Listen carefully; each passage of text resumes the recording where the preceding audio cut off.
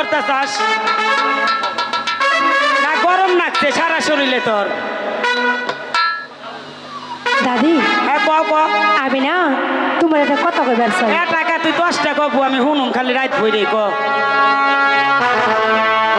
দাদি হ্যাঁ ওই যে মালা মালা তো গলাই, আবার মালা তো মালাই। দেখ তুমি কিচ্ছু বোঝো না। আমি কি বুঝি?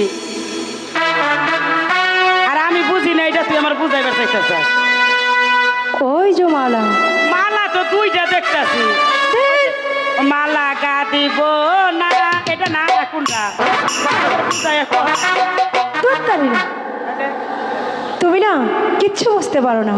এটা আমার একটু ভালো করে বুঝা, আমার বুঝার বয়স তো হয় নাই কে। আমার মালাটা ছিঁড়ে গিয়েছে। আইনা দিমানি 5টা দা হইতা কিনা গাইতা দিমানি, তাই কি হয়েছে? যেটা ছিঁড়ে গিয়েছে সেটা কি দিতে পারবে? ওইটাই তো আমি গাইতে দিলে আবার ভালো হইব না, 2-3টা পুঁতি পইরা যাবো, তাই কি হইব? গাইতে আবার বড় করে দিমানি আর 2-3টা পুঁতি দিয়ে ভালো করে না করলাম বুঝুক কিনবে কি হইছে ক।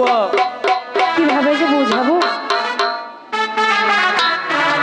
আরে ওই শুন, ওই মালা যে তোর ছিঁড়া গেছে আমি তোর তাড়াতাড়ি সারাইয়া দিব। আরে এদিকে ওদিকে একটু তাকাস আর পিটিস পিটিস করস, তোর কইছে এটা কি?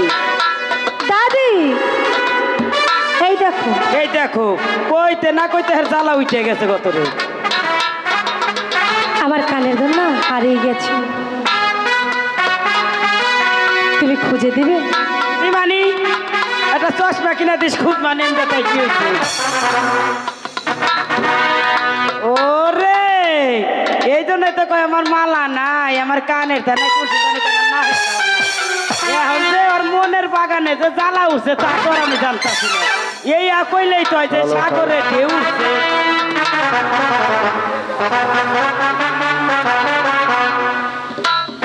ওই যাই করস ওই মনটারে একটু ছাপায় ধরে রাখিস।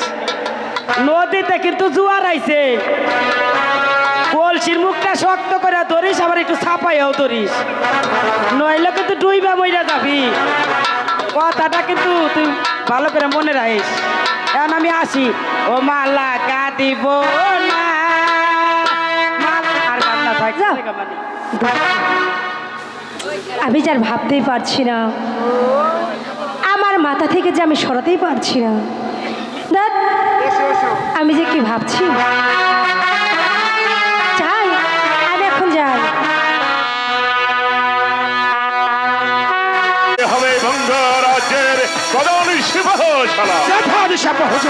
আর কাল মিলবো না করে একটিবার আপনার হাতের ইসলামের হাতে আর আমার হাতে তুলতে আমি পরীক্ষা করে দেখতে চাই হুজুর জন্য মোবারকের বাহুতে যেমন জোর রয়েছে। এই কে আছে সে দুখানা তরবারি নিয়ে আয়।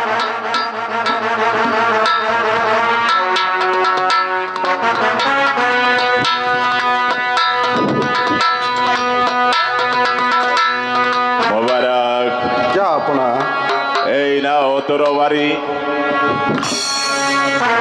পুত্র আনোয়ার আব্বা হুজুর এই নাও তরবারি।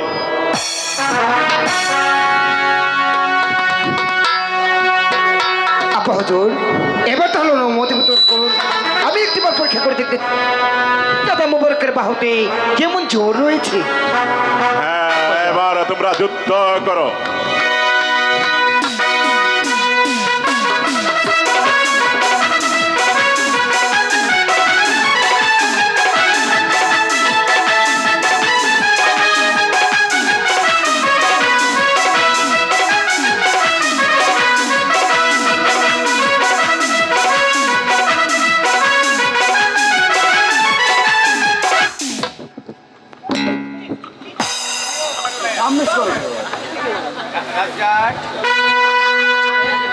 আপা হুজুর রাজা বেয়াদবি না নিলে এই নাও।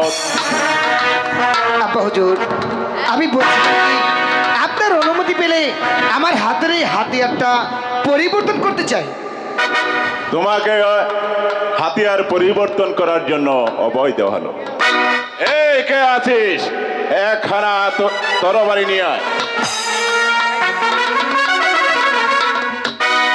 বহুত বহুত আচ্ছা আপা হুজুর, আজ আমি আপনার আচরণে আমি সত্যি গর্বিত।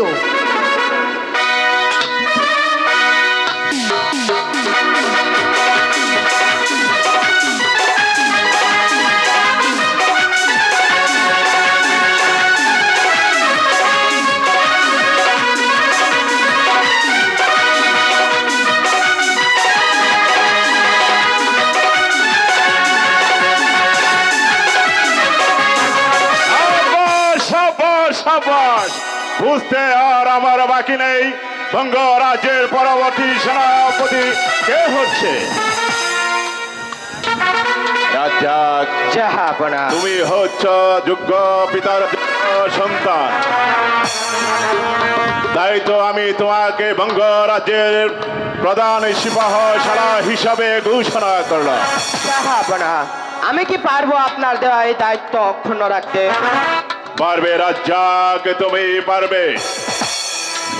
তোমার উপর আমার সম্পূর্ণ বিশ্বাস আছে যে তোমার পিতার রক্ত তোমার শরীরে প্রবাহিত হচ্ছে। তাই তো বঙ্গ রাজ্যের প্রধান সিপাহ সারা হিসাবে তোমাকে আমি নিয়োজিত করলাম। জাহাপনা, আপনি আমাকে আশীর্বাদ করুন। আমি আপনার সম্মুখে এই ন্যায়ের তরবারি হাতে প্রতিজ্ঞা করছি, আমি আপনার রাজ্যের যেখানে দেখবো অন্যায়, অত্যাচার, অবিচার, অনাচার, সেখানে আমি উল্কার বেগে ছুটে যাব, আর সেখানে গিয়ে আমি আমার উপর অর্পিত দায়িত্ব আমার জীবন দিয়ে হলেও রক্ষা করবো। সাবাস, সাবাস, সাবাস। তাই তো আমি চাই রাজ্জাক, আপা হুজুর, গোস্তে কি মার্জনা করবেন? আপনার অনুমতি পেলে যমুনি প্রথমবার এই বিশাল বঙ্গ রাজ্য শহরটা ঘুরে দেখতে চাই। শুধু তাই নয়, আপনার অনুমতি পেলে আমি যমুনি প্রথমবার আমি অরণ্যবন মাঝে শিকার খেলতে যেতে চাই। তুমি হরিণ শিকারে যাবে? সে তো আনন্দের কথা, কিন্তু তোমার হরিণী শিকারের সঙ্গী হবে কে? কেন আপা হুজুর? আমাকে তো সিপাহ সাহেবের সাথে আপনার রাজ্য খেপে নিয়ে যাবো।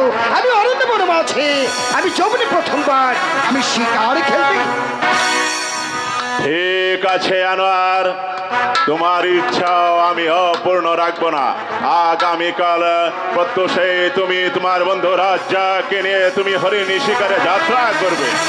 আপা হুজুর, আমি চলে যাচ্ছি, কিন্তু যাবার পূর্বে আমি আপনাকে হুঁশিয়ার করে দিতে চাই, যারা সম্মুখ থেকে আপনাকে সম্মুখ বলে এই বঙ্গ রাজ্যের শাহী দরবারে দাঁড়িয়ে আপনাকে হাজারো সালাম জানাই। একটি কথা, হুঁশিয়ার হুঁশিয়ার হয়ে যান, সুযোগ পেলে আপনার পিছু থেকে বিধিয়ে দিবে অন্যায় হাতিয়ার।